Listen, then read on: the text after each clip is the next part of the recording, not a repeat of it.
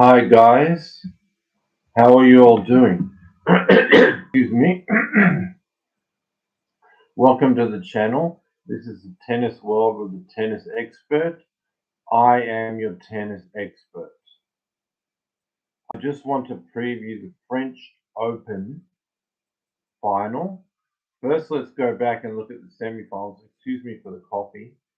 And then, yeah. So I predicted Alcaraz in straight sets because Djokovic wasn't playing very well. Hadn't won anything in the clay season. Alcaraz has won two tournaments. He's playing better at the French Open. Um, but what actually happened is he started out a bit nervous, so wasn't playing at the level that he'd been playing. And Djokovic stepped up because he saw as Alcaraz is a huge challenge. So Djokovic played way better. Alcaraz was nervous. Djokovic got the first set. Then it started to get back to more what I was expecting in the second set. Alcaraz constantly getting Djokovic under pressure, love 40, breaking serve, trying to serve it out, eventually breaking in and getting the set. All over Djokovic as I was expecting. Now he's starting to get better, more confident, more settled. He's got all the momentum where it wants it all. Djokovic has to feel like it wants it all. Like I've played my absolute best, but I've got nothing to show for it. I've just got one set all. So this is clay's not my surface, but this is my best. And I might the best case is I keep the level up, which is only getting me equal, or the worst case is I'm going to drop. And again, even my best levels only got me to one set all. Whereas for Alcaraz, he's like overall these two sets are a lower level for me, and I'm either going to stay the same or get better.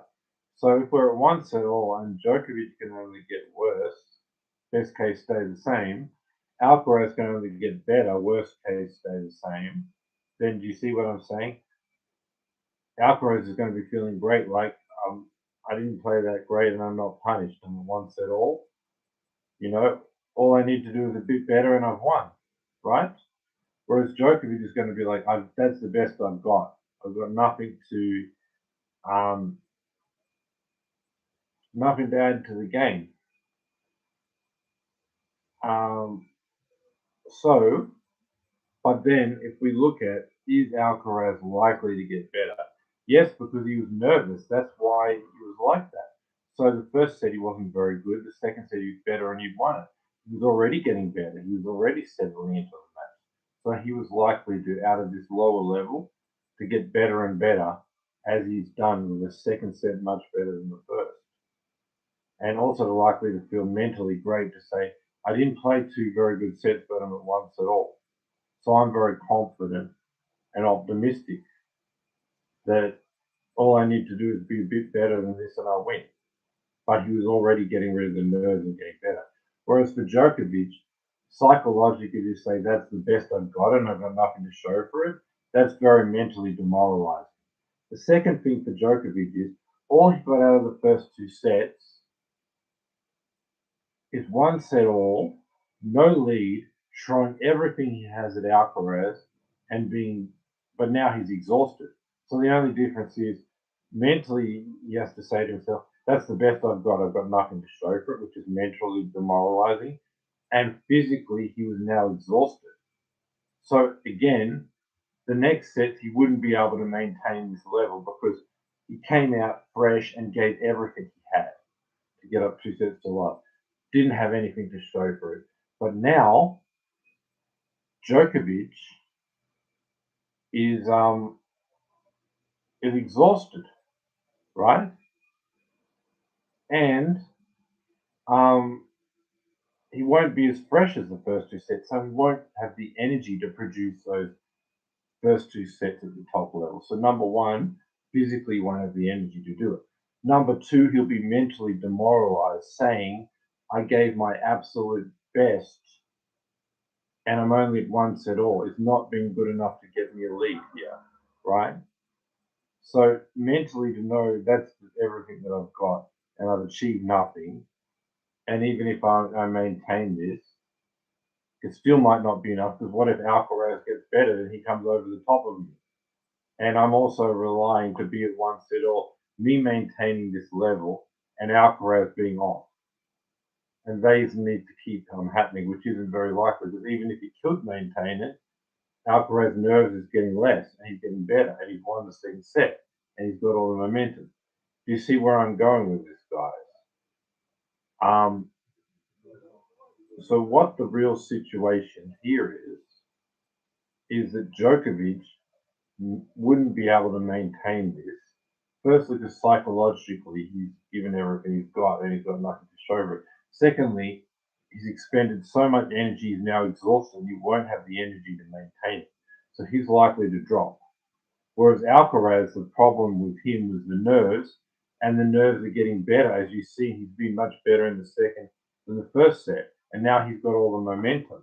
So for me, it was a situation where Alcaraz was about to run over Djokovic in straight sets, and he was getting better and better without the nerves at a bad level. And even his bad level was good enough for one set all. But now he's on the momentum run, getting better. Whereas Djokovic had given everything he's got. He's mentally demoralized, had nothing to show for it. But now he's exhausted. So the level that Djokovic had, he wouldn't have the energy to maintain. So he was going to be going down. Whereas Alcaraz, the problem was the nerves. He was going up. And just for them to be equal, you needed Djokovic at this high level and Alcaraz off. And even that's one set off. But then if it doesn't stay like that, then Alcaraz is blowing him away. And what was likely to happen was Alcaraz is getting rid of the nerves and getting better. So he gets better. And then Djokovic gets worse because he's tired at the same time. And he runs over the top of him and wins the third and fourth set. That's where we're heading. Djokovic was in huge trouble. But a cramp happened, possibly because Alcaraz was too nervous. And that's it. The match is over. Djokovic was like 6-1, 6-1, something like that. So anyway, that's the reality. He's through the final. Casper Ruud played a good, consistent game in the other semi-final. Zverev made a whole bunch of errors. So Ruud is in this final against Djokovic. So now let's not focus on what could have or would have. I'm saying Djokovic usually gets lucky because it's him and Nadal who have a chance to win. The next generation's been weak. So whenever Nadal's injured, he's just got this weak generation and got guaranteed Grand Slam. Finally, there was someone else to challenge him. He was one set all. He was in trouble. The momentum was against him. He was exhausted. His best level was only good enough for one set all, while Alcaraz was at his worst level. Alcaraz was getting rid of the nerves and getting better. Djokovic was now wouldn't be able to maintain that, was already getting tired. But Djokovic got saved by this health problem for Alcaraz. So anyway, he's through to the final. Let's look at that. Casper Ruud, right? And after winning that straight set over Zverev, good consistent tennis, whole bunch of errors for Zverev. But yeah, let's preview the final. Casper Ruud, Novak Djokovic.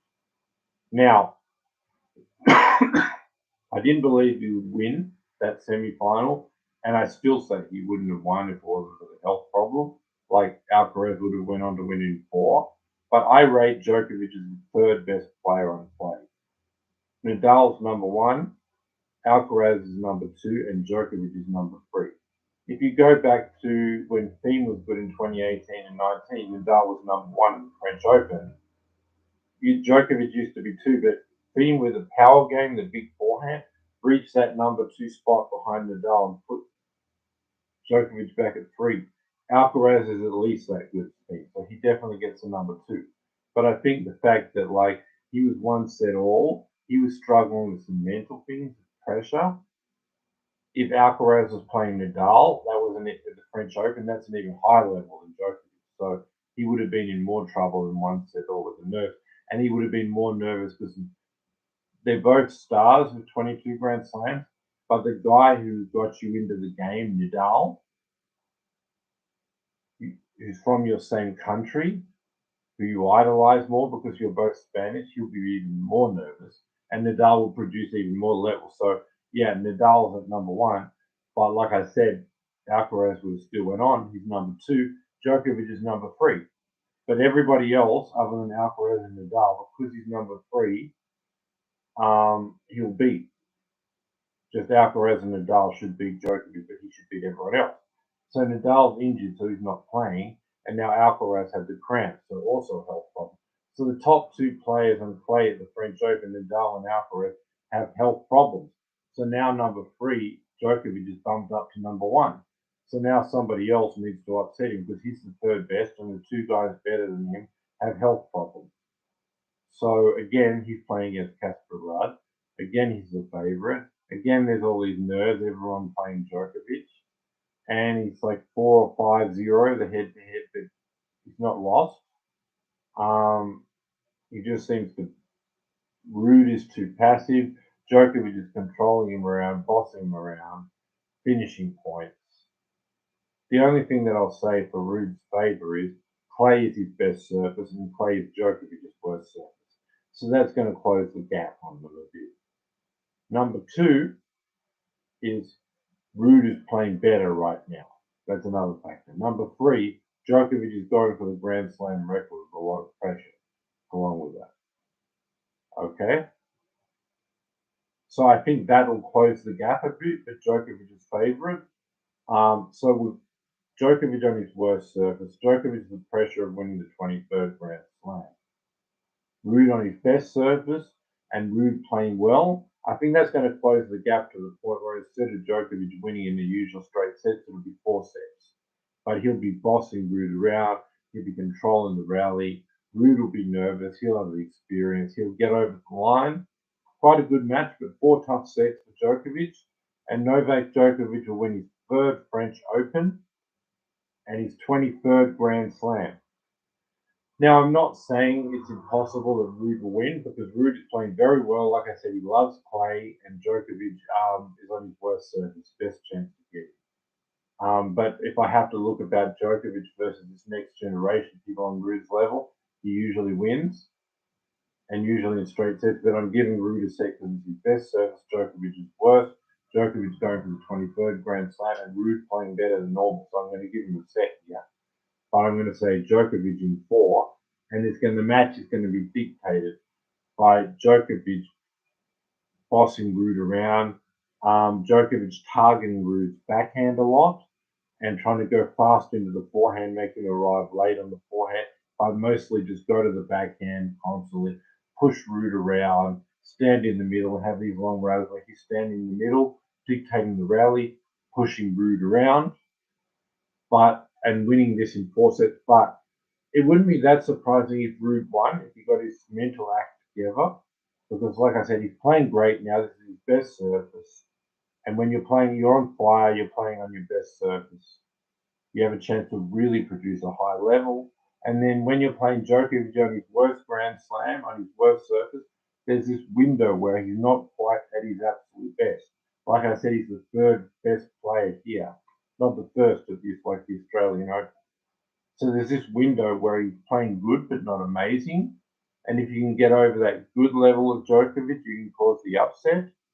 And Ruud has that chance because like he's playing great, this is his best surface. He could play that amazing match. And that little window because Djokovic is at his worst surface and worst Grand Slam and good but not great. And if you can play a bit better than that, Ruud can. He's on fire and this is his best surface. There is his chance for him to win. But if you look at the balance of probability, what happens when Djokovic plays these type of players? He wins. So, and usually in straight sets. But like I said, because it's Djokovic's worst surface in Grand Slam, his best surface in Grand Slam, Ruud's playing well. Djokovic has the nerves of getting the 23rd Grand Slam. It's going to be closer than normal. So I'm going to say Djokovic in 4. That's my prediction, but it's not that surprising if Ruud win. But the most likely outcome is Djokovic to win this one in 4 sets, and it'd be long rallies and Djokovic is standing in the middle, pushing around, controlling the rallies, and Djokovic winning this in 4, and Djokovic winning his 23rd Grand Slam, 3rd French Open, and that's it. Djokovic should be your 2023 French Open champion. That's my video for today. Subscribe, bell notification, thumbs up. Have a great day, night, wherever you are. And come back in a few days, 2 to 3 days. I'll be reviewing the whole French Open, including the final, and we'll be talking if Djokovic has his 23rd Grand Slam, where we are in the GOAT debate and all that. And if he doesn't, where we also are, but I'm saying Djokovic in 4 to be your 2023 French Open champion. Subscribe, bell notification, thumbs up. Be back here in a few days for my review video. And thanks for being with me. Thanks for being with me, guys. Subscribe. Thanks for watching.